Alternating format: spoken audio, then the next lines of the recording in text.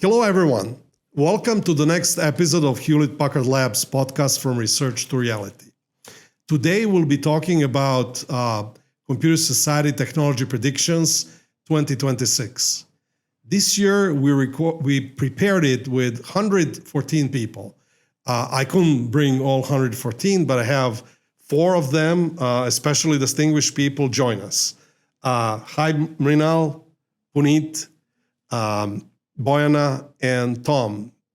Welcome at this podcast. Would you mind introducing yourself? Yeah, thank you so much, Dejan. I'm so glad to be here. I'm Mrinal Karvir. I am Principal AI Product Manager. So I work at the intersection of hardware, software, and AI optimizations. Throughout my career, I've taken several products from incubation to scale. And I'm also serving on the board of the IEEE-Computer-Society. Glad to be here. I am Puneet Sharma. I am HPE Fellow and VP, and I also direct Networking and Distributed Systems Lab here at HPE. The joke around is that I joined this company in the last century, a day after the Ando. And I've been working on networking and related technologies throughout my career. It was actually sort of a real honor to be on the sort of prediction group of 114 people that Dejan mentioned, and I'm glad to be here. Hi, my name is Bojana Parman. I am an advisor, VP strategy for AI, most recently at Cogni, but in general to startups in the Silicon Valley who are working on AI implementations. My background is long in engineering in data and product management. Most recently, I have worked on at-scale personalization deployments, and most recently in some of the memory layers and multimodal AI. Glad to be here. My name is Tom Phelan. A pleasure to meet Puneet and Dejan again. Most recently, I've been an HPE Fellow. I was in the office of the CTO leading advanced R&D projects. A lot of them were AI related. Currently, I am now an AI consultant specializing in the ethical and legal use of AI, and I'm honored to be part of this IEEE podcast today. The honor is all ours. You spoke about your career, but how did you get this whole business of predictions? Well, why don't we start backwards this time? Sure. As an HPE Fellow, we are often asked to look at the future.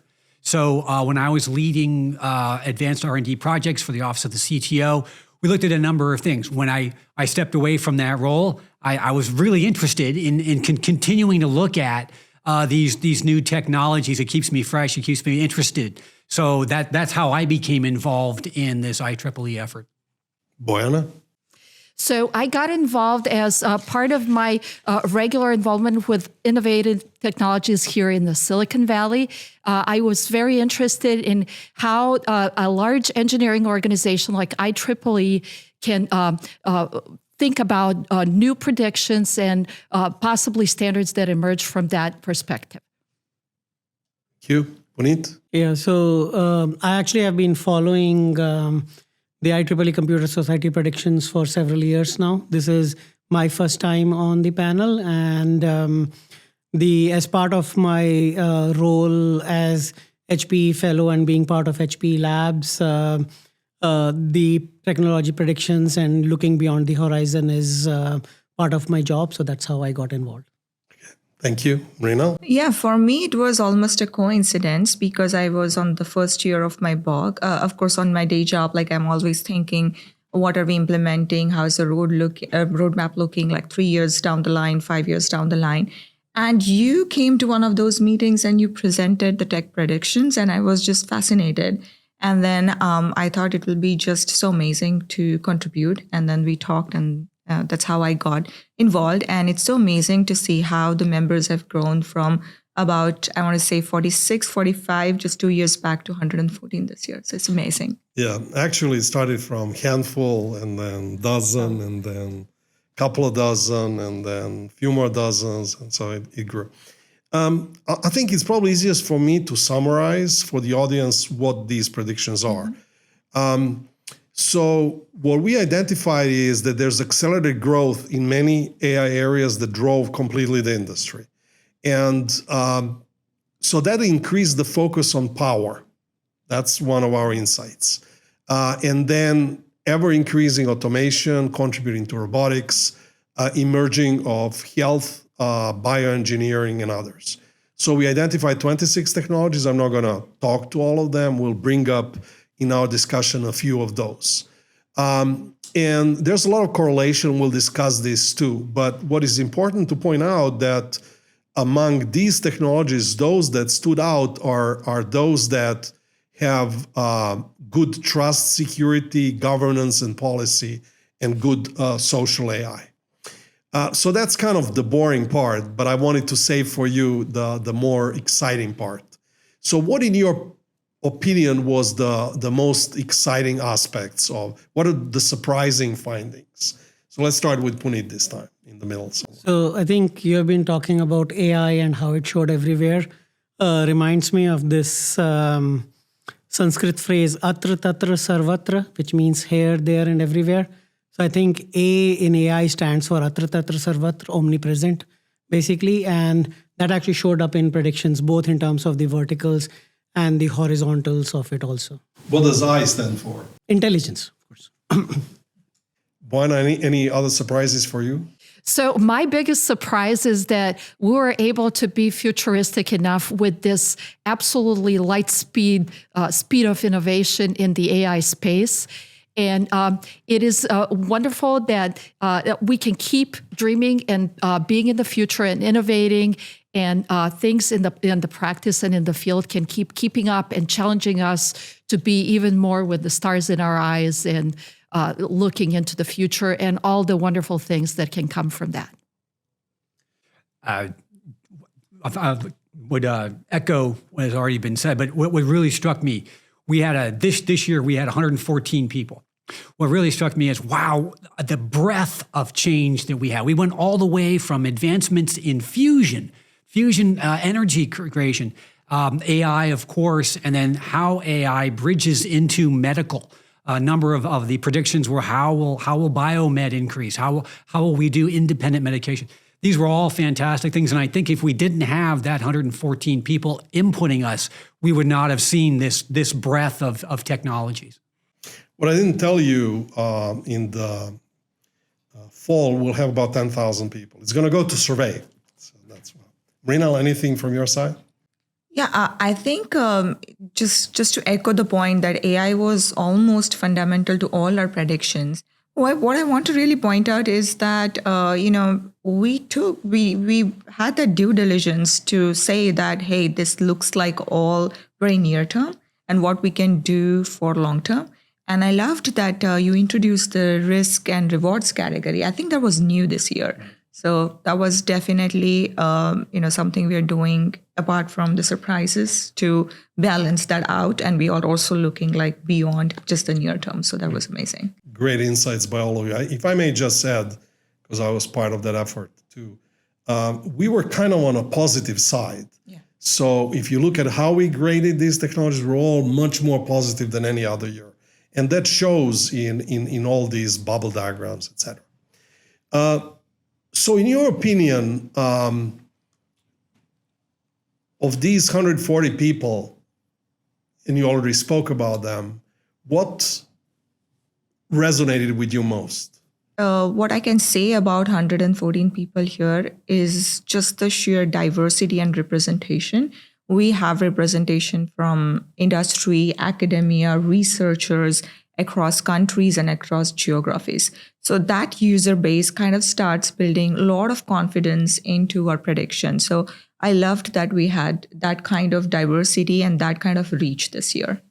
Thank you. And in terms of process, Bojana, what did strike you most?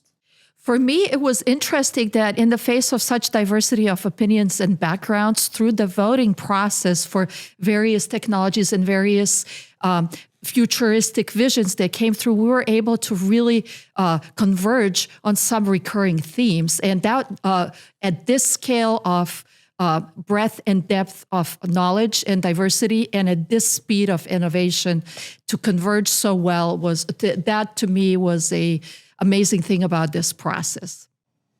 Any doubters here on the panel? No, I think what came out also was what we'll probably talk about later is the risk-reward analysis.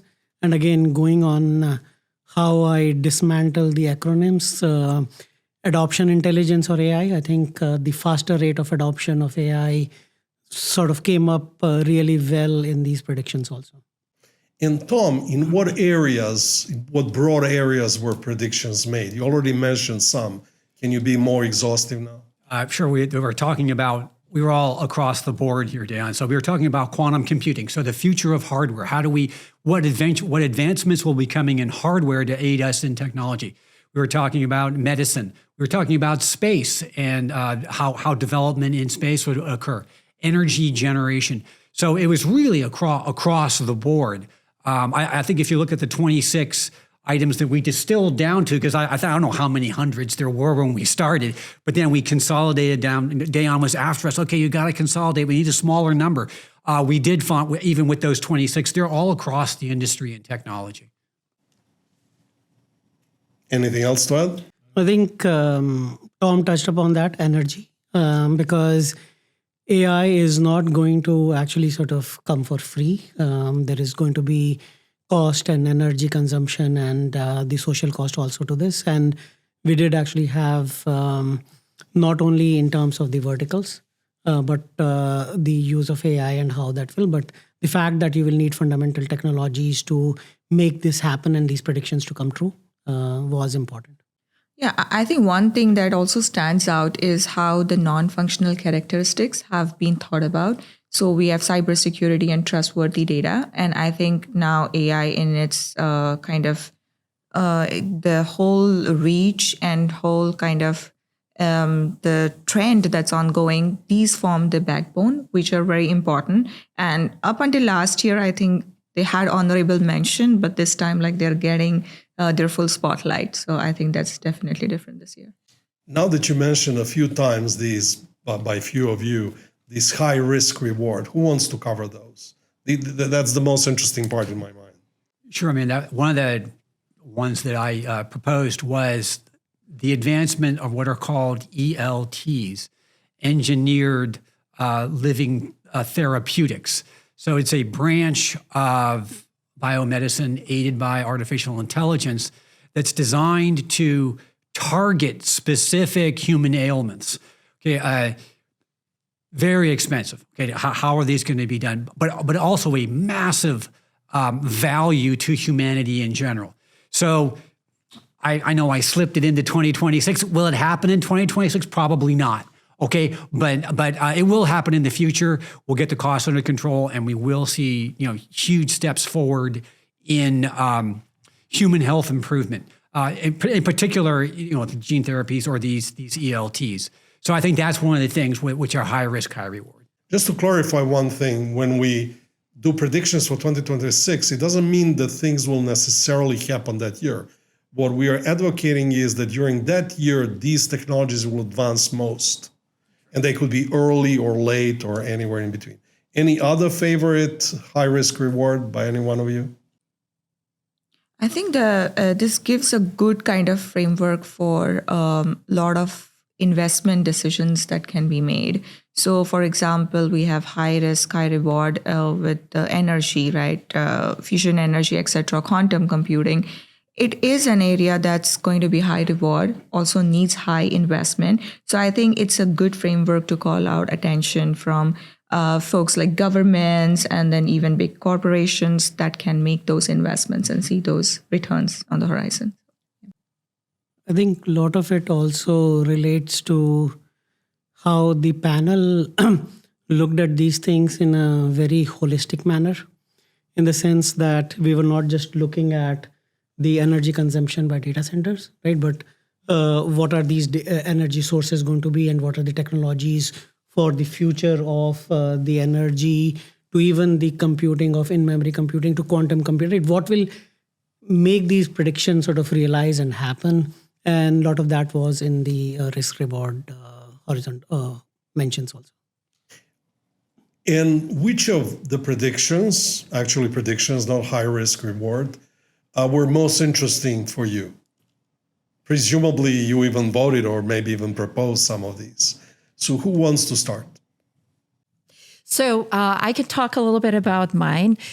To me, assurance layers in AI pipelines really stood out because they are one of the critical pieces to adopting all of these novel technologies, and they're pretty early and pretty nascent right now due to the whole impact of this innovation. So some of the demand that we're seeing around that were driven by just the nature of AI innovation, which is the risk of hallucinations, which we all know it's making relationships between things that are not related in the real world or shouldn't be related.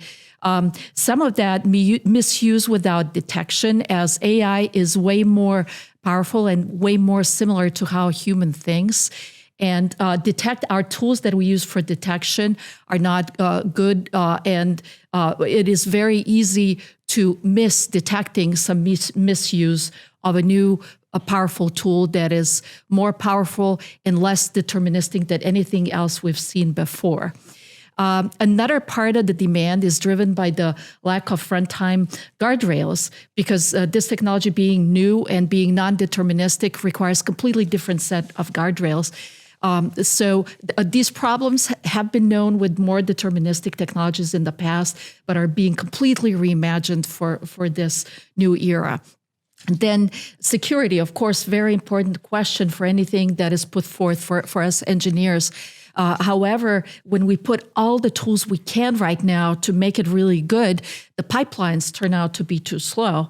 And that kind of negates the whole push to put this into production to make all of these future visions work. So that's driving a big piece of demand. And explainability in the assurance layer right now, really just in the very beginning. Only the biggest laboratories right now, the innovation labs that are putting these, are beginning to compose the model cards and constitution, for example, or other methodology that they're using to explain what is actually going with this novel, very different technologies. Many opportunities arise from that. For example, compliance, one of the big issues to adoption. The opportunity of that on the flip side is to have a continuous compliance engine that catches first and foremost what's happening with stuff that we have to comply with. Then development of trusted AI deployments. We know how to deploy trusted jars and trusted code, but do we know how to deploy a trusted AI model or trusted code that was generated by AI model, but that humans don't fully see or is not fully explained? Then the tool ecosystem around all of this will have to emerge as the innovation cycle continues and the new things are put into automation, pieces are put in. There's going to be tools that are used by a combination of automation and humans responsible and owning the outcomes of these systems. Then AI validation, enhanced model training, all of these are huge opportunities for what do we do when these very expensive models that only large labs that have incredible resources and capacity, when they actually hit the reality in the market and with real people who will feel the real impact from them. Another opportunity I just want to highlight is the creation of trustworthy data sets. And so those are many opportunities. So that's what makes it interesting for me. Okay, thank you very much. Anybody else? Yeah, sure. I think for me, it was embodied and physical AI. I think that was super amazing because up until now, we have seen the digital transformation for AI, that are pretty much passive systems. But now when we introduce AI into a physical world, I think the way it would interact, that would be the most interesting things to see. And the problems that it will solve. So safety, now robots can reach places where safety is an issue humans can't reach. A lot of automation in factories and even like home-centric, human-centric services like Medicare, etc. So I think that's going to open up a lot of opportunities. Of course, there are some challenges.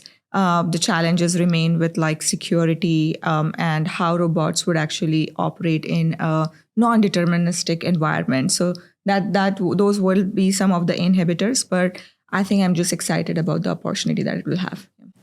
Great, thank you. I'd just like to follow. So two of the predictions are assurance and the use of AI in physical worlds.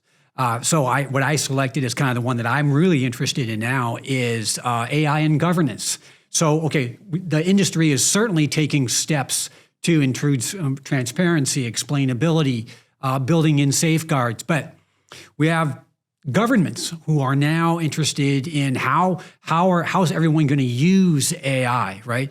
And so there's difference of opinions in different jurisdictions. How open should they be for AI and how many controls? You see that today, legislation coming from Australia or from France, Great Britain, and the United States, all of them are different. So I think what we'll see in 2026, I hope what we'll see is a coalescing of these controls so that we still have innovation in artificial intelligence, but we use it to bring out the best in ourselves rather than using it as a venue to amplify what's worst in ourselves. So I think this is really going to be very interesting in 2026 as we move forward.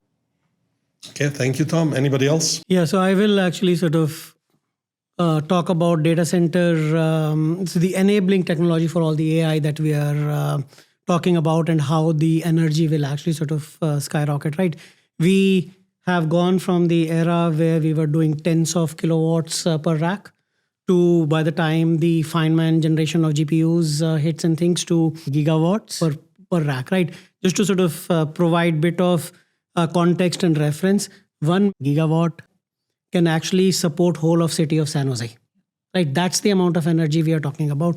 So again, going back to the holistic nature of these predictions that I was talking about, it's not just the compute, right?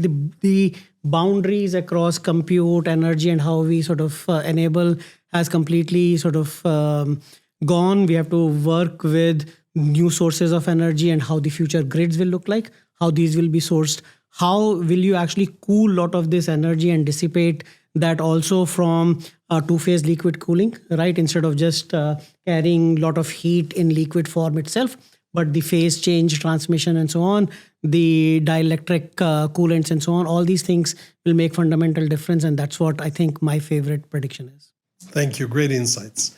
I'd like to explain myself a little bit this diagram, which a lot of people have been continuously telling me, Dan, you gotta reduce the number of things you show on it, but I still prefer it because it succinctly articulates the whole mission and the purpose of our technology predictions. So what we show on this diagram, which we create every year, at about the end of the year for the next year, it shows on x-axis the likelihood of technology success during the year.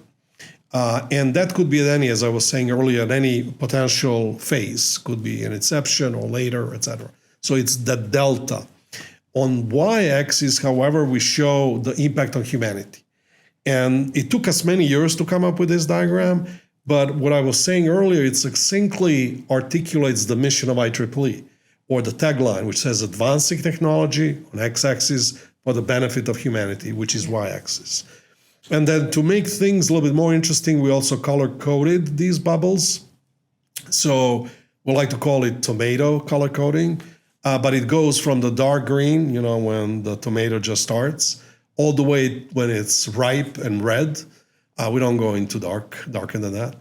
And obviously the red is for those technologies that are very mature. And you can see this year, because of this push of AI, we have so many red, and then we have also a number of yellow. So meaning that AI has driven this technology. We also, as the size of a bubble, we offer the relative comparison of the market size. Now, I'm not going to read all of those. You can read them, but I'd like to ask some of you, maybe starting with Mrinal, which ones do stand out? Yeah, for me, I think the AI generated content definitely stands out because it has highest chance of success. It's most mature, and we're already seeing a lot of like market adoption, be it like advertisement or even day-to-day activities. Like there's a lot of AI generated tools and contents we're starting to use. And I think on the other spectrum, what also stood out to me was the AI and future of medicines because it has the largest impact on humanity, still emerging, but yeah, we're still working towards it. So I think that those two are for me. There's also some correlation. So these dimensions are not independent. So Puneet, how do you see these correlations? So I think the way to do this is to see the correlation with the what is the success, right, of these technologies. And as you can see with the reds of the AI generated content that we talked about, to me it's actually a red flag. But these are the investments which are worth for the industry to sort of go in because the success is high red. It's all about ROI from the industry. But on the other side, you actually sort of see these green where the impact on the humanity is higher, but the predictions that we made or the chance of the tech success is not as high, right? So again, would the industry invest? Probably not. But then that's where the governments should actually sort of step in. And then in the middle is the sort of boring band, so to say, that sort of correlates very well with the maturity of the tech success and the impact on the humanity and so on. Great insights, Puneet. Now, some of these go ahead of themselves a little bit. So, Bojana, did you see any of those that went ahead of the others? Yes. So it's interesting in comparison to the rest of the elements in their clusters. Some of them are way ahead of their cluster. Some of them are surprisingly behind the cluster in terms of likelihood of success. For example, AI-driven virtual worlds are behind its cluster, the light green. And then in terms of the emerging maturity, once the edge ones, future of coding are way ahead of its cluster. And it's, again, with light fastening, innovation speed, it's amazing how on track these are. So all these complaints about putting too many functions on one diagram, I had to put at least one argument in a separate graph. So Tom, we also looked at the ultimate horizon to commercial adoption because we're looking only at 2026, but not all of them, as you pointed one for some of your favorite, they're not going to be made sure. So what kind of insights can you make about the ultimate horizon to commercial adoption? Well, I think if we looked at the red balls on the previous slide, those were the ones that were commercially successful today. So in my opinion, they don't need any help, right? They're going to be funded by consumer-driven demand. The technology providers will obviously push into that. I think Puneet indicated that kind of middle band. That's where I think we have the most interest. The government will, and society at large will drive those higher end ones. But I think where we can help as part of this 2026 prediction, we can suggest to the commercial companies, hey, these are areas where I think if you invested just a little bit more, you would get consumer adoption. You'd move up to that red mark next year. So I think that's where we can help with our predictions here. And those that are furthest out, who do we make recommendations to? Those we'd have to lobby either to international organizations or let's just say those countries perhaps who have excess wealth who can then invest in those areas for the betterment of humanity. That's what I would say. Thanks. Great suggestion. So we made some insights. We identify some opportunities. Can you summarize some of these insights, whoever wants to start? Yeah, sure. I think AI definitely stood out this year. That was one of the top insight that it's no longer its category, but it's an enabler for all the other categories. Then some of the kind of challenges that were ahead for AI adoption or blockers were the trust and security. Those definitely need to be kind of looked at. And then the third top insight for me was the long-term opportunity we have in space technologies, and energy. Thank you. And Puneet, are there any insights across the years? Yeah, I think we have seen some of these fundamental technologies. We talked about trustworthiness and cybersecurity to make what I call the enabling technologies to be able to, or the horizontal non-functional entities and things which actually are good. The other thing that was actually sort of insight across the year was that over the years, we have talked about sustainability a lot, right?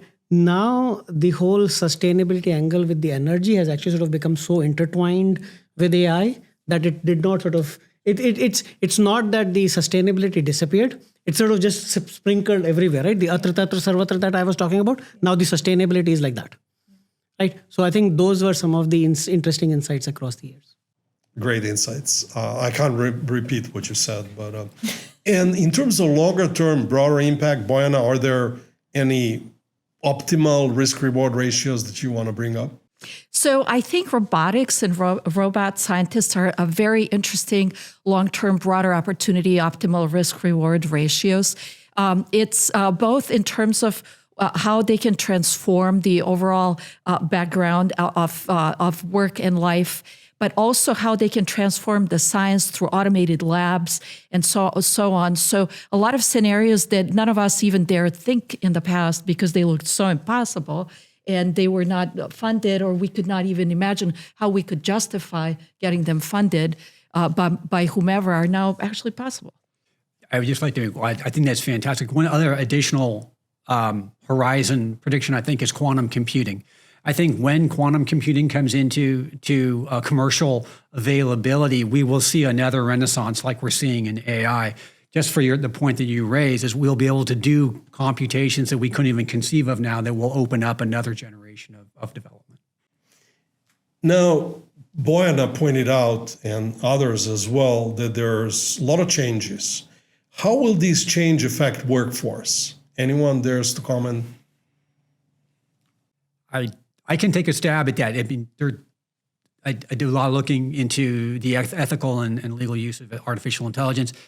I will say in the near term, let's call it the next 1, 2, 3 years, I do believe we will see pressure on the job market, particularly in new college grads. So as new college grads come out, they're looking for beginning jobs. A lot of those beginning jobs in the white collar sector can be done by artificial intelligence today. Okay, I think as over time, new jobs, new industries will crop up that will fill in that. But I do see a near-term pressure on entry-level jobs caused by artificial intelligence. Thank you. Any other comment? I think there is reskilling needed across the board for everyone. And the whole focus on how we can co-develop with AI, I think we are going to see a lot more of that. And I think that more domain experts would emerge. So domain experts who are experts in their field, but also know how to work with AI. I think those will be successful. Thank you. So I think two things I wanted to sort of talk about in the skilling and workforce. I think you guys talked about, yes, the workforce is going to change. I do want to sort of just bring one word of caution that we shouldn't sort of take a broad brush approach of saying, look, all the workforce will be disruptive and we should sort of just completely change everything. There are things that AI can do really well. There are things that AI cannot do well. System programming, for example, right? There are all these nuances that we as experts understand. So there will be that. The other thing also is again, as we were talking about, the cross-section of technology and innovation, right? AI for medicine, right? I was talking about data center energy, right? We are going to use AI for improving the data center energy management itself, right? So there are all these interesting spaces that will sort of open up the upskilling that you were talking about and so on that we will have to do. And yes, I mean, instead of just focusing on AI or medicine or one of these particular fields, my advice would be based on these predictions and sort of working with the panel is let's actually sort of make sure you understand more than one field. And that's where most of the impact will come from. my interesting point was that in the future, for AI workforce, it won't be as important what's the head count, but how is the intelligence used in the process of solving problems, and that really changes for everyone, not just the new entrants to the workforce or experience, but everyone from the beginning to the end, in between different. It's a mind shift. Excellent insight. It was always about quality, not about quantity, but it's even more important now. And now you made a lot of predictions what will happen. Do you have any recommendation to a variety of stakeholders how it should happen? Does anyone care to discuss that?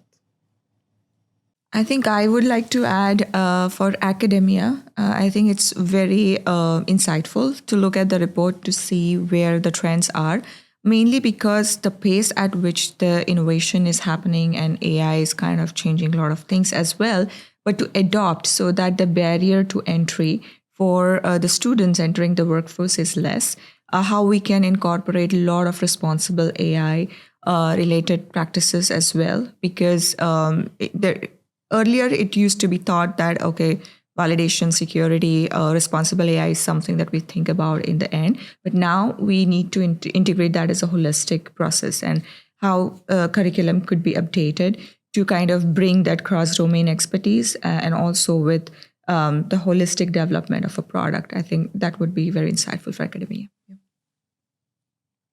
I can talk about some of the recommendations from these predictions for the industry, right? Starting from the design of data centers and the underlying architectures for supporting all the AI things that we are talking about, to actually also about how we should be thinking about how industry actually takes these things and doesn't get carried away in AI washing as well, right? I mean, all these predictions are AI and so on, and be able to actually sort of do that. And what we are doing here at HP Labs, it's HPE Labs itself about newer architectures like in-memory computing to quantum computing, rack scale architectures and so on. I think those are interesting sort of recommendations that industry should look at. Yeah, I just want to, I love that term, Puneet, and I see that often, AI washing. And I think we brought that up is people need to think AI native. AI comes in, we have the opportunity to make really big changes. Yes, we can just wallpaper it on to make our existing processes faster and more efficient. But I think if we really spend a little bit of time and we look at all those processes, how do we really reinvent them from the ground up to maximize our use of artificial intelligence? And then if you're asking for recommendations to the industry, that's what I would recommend. Yes, certainly do the low-hanging fruit, do the optimizations based on AI, but let's really look at our processes and see what we can change to really move into the future. Bojana, do you agree with them? I mostly agree with our panelists on everything that's been said, and the recommendations that we all came up with. I think it's well worth the look. And again, standardization as a way for IEEE as an organization to help get those highest reward and even where high risk but huge benefit for humanity is really important. Okay. I want to point out to audience that even though we created this report, that's not the only material. There's a lot of other materials that were produced either by these authors or many others. We got in IEEE Computer the special issues on predictions. Actually, last year we had one. We had so many papers that we published another one in January. We have columns which happen quarterly. A lot of interesting papers on some of you participated in those, like future of supercomputing, future of data, energy supplies for data centers, many others. So take a look at those, and then there are a variety of other reports. I won't go into too many details. So I would like to come to the closure and the summary of this report. Who would like to succinctly summarize what have we done, why is this important, and why should the audience read it? Please, I'm sure everyone will jump in, fill in the areas where I missed. I think what we can take away as we started out, artificial intelligence is key. Okay, so across the industries, the value of artificial intelligence. What the industry can take away is, I think what we tried to express is focus on those areas that are not already a commercial success. So here we have this broadband of technologies that we believe will provide great value to humanity at large and have the potential for high commercial success, if they're approached the right way. And so I think what they can take away from this is that find that path.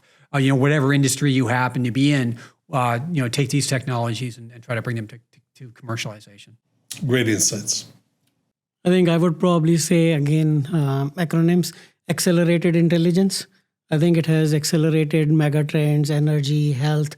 That's how AI has actually sort of contributed to sort of just changing these predictions and megatrends also. Ladies? I would say, in summary, this is really important to look at holistically to guide your thinking about how things are going to unfold across many different fields and how the whole interplay between the funding and application and the execution is going to work. Thank you. Mrinal, you have the last word. They can't change it afterwards. Okay, sure. So I think everybody talked about AI. I just also want to kind of highlight that we are thinking AI as the backbone, which is great, but it's also near term, and we shouldn't miss those other technology predictions that have an honorable mention and look at the risk reward graph as well, because there are some wonderful insights there for future looking investments. Thank you, ladies and gentlemen. Outstanding summary.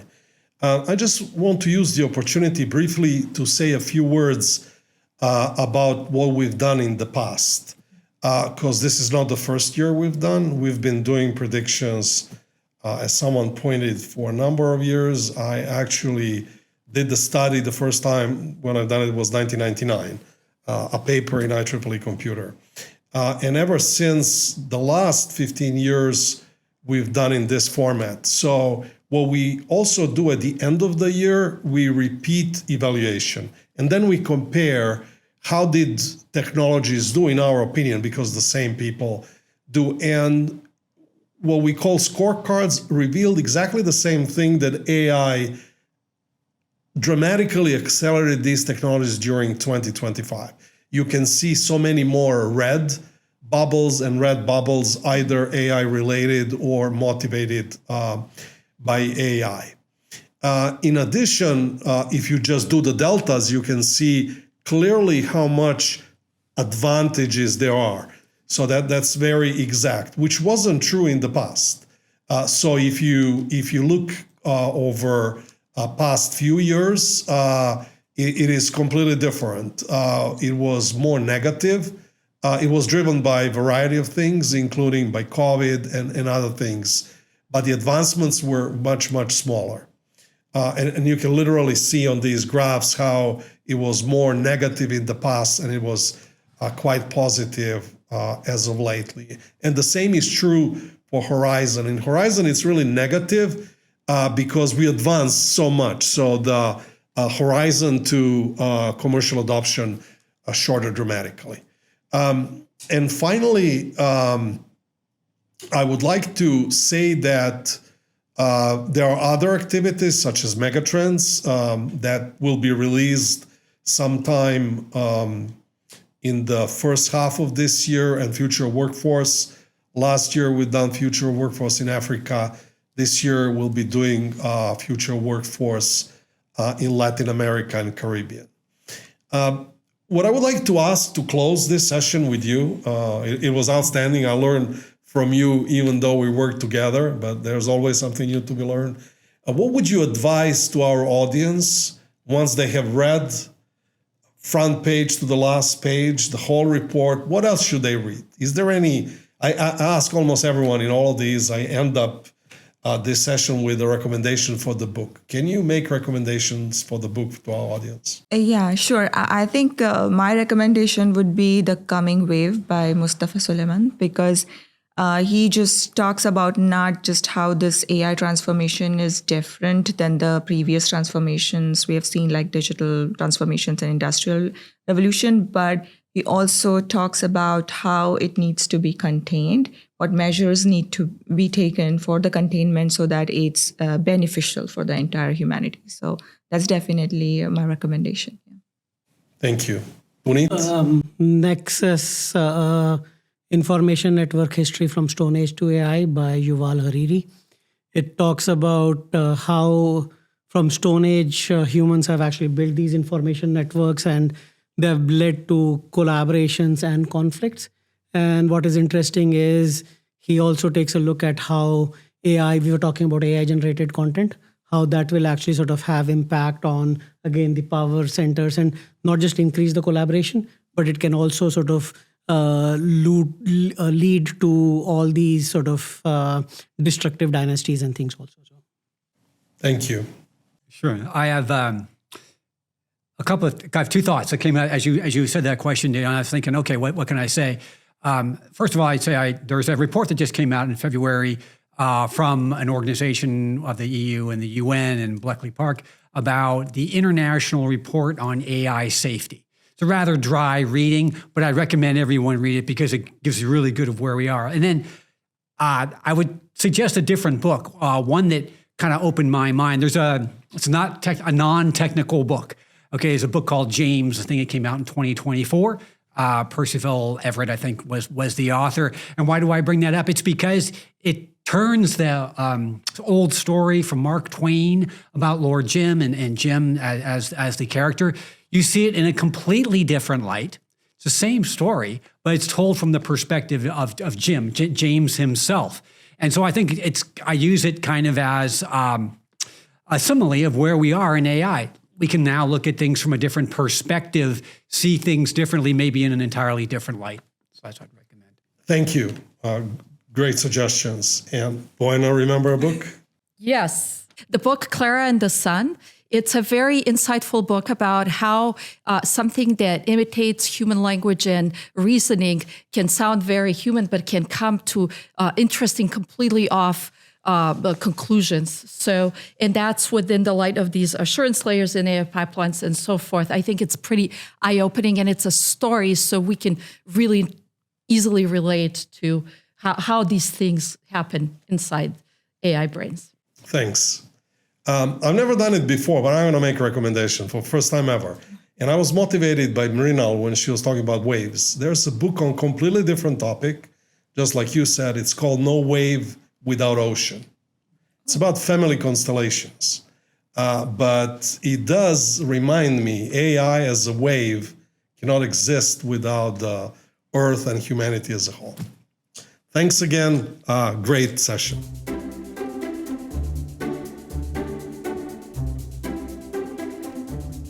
Hello, everyone. My name is Luka Strazovski, and I'm professor of power engineering at the University of Novi Sad and CEO of Dormag Consulting. I contributed to the energy and grid-related predictions in the 2026 technology report. One thing that surprised me during this effort is how tightly the future of AI and generally computer sciences is becoming linked with the future of energy. As AI adoption accelerates, data centers are rapidly becoming some of the most energy-intensive infrastructures in the world, so we need huge advancements in electrical power systems and in management of these systems. As my main area of expertise in both academia and industry is electrical grid management, I am very excited for the next couple of years and what they bring in electrical grid management. For industry and governments, this is a major opportunity to rethink how computing infrastructure and energy systems evolve together. And ultimately, solving the energy challenge will be one of the key enablers for the continuous growth of AI, digital technology, and data centers. Once again, Dan, thank you so much for leading this very important effort. Hi, I'm Cecilia Metra. I'm a IEEE Director for Division 8 and I was the President of the IEEE-Computer-Society in 2019. I've been very glad to contribute to the definition of the IEEE Tech Prediction 2026, as well as to contribute to previous editions of these predictions. No surprise that we found a lot of AI in all its different application fields with all its challenges, including the energy challenges for data center and lots of potentials. I hope that these predictions will be helpful to all of you, particularly to young researchers who could find which are the technologies that are expected to have major impact and development in the future. So I wish you a pleasant read of these predictions and thanks a lot for your time. Hello, I'm Tom Coughlin, and I have had a chance to participate in a few of these IEEE megatrend prediction activities involving many experts to gauge impact to humanity and the technology's readiness of various important technical developments. I have enjoyed proposing and ranking various technologies with other experts, and this process went on for several months. I think this work is important for getting professionals from industry, academia, and government to give their opinions on important technologies, and I learned about various technologies by interacting with this diverse group. I am a digital storage and memory guy, so in-memory computing, one of the topics, was interesting to me, but I also feel that smart agriculture will play a huge role in providing food security to the world, and that space development will open whole new vistas and opportunities for humanity in the not-too-distant future. Thank you. Hi, my name is Christoph Ebert, and I'm very glad to have served in this panel on technology predictions with way over 100 experts from around the world. The question which we really ask ourselves is not so much to make predictions only. It's much more about how do we enable the future. That's our role in IEEE Computer. And I'm very glad to have looked into the domain of AI and the future of the workplace. Why? Often I'm asked, will there be a future in terms of work? And I say AI is not replacing humans. AI is replacing humans who don't use AI. So beef up your knowledge, experiment, grow your technology expertise, get into a systems mode. That is very important. Creativity, asking the right questions, because AI will give answers, but we have to phrase the right questions.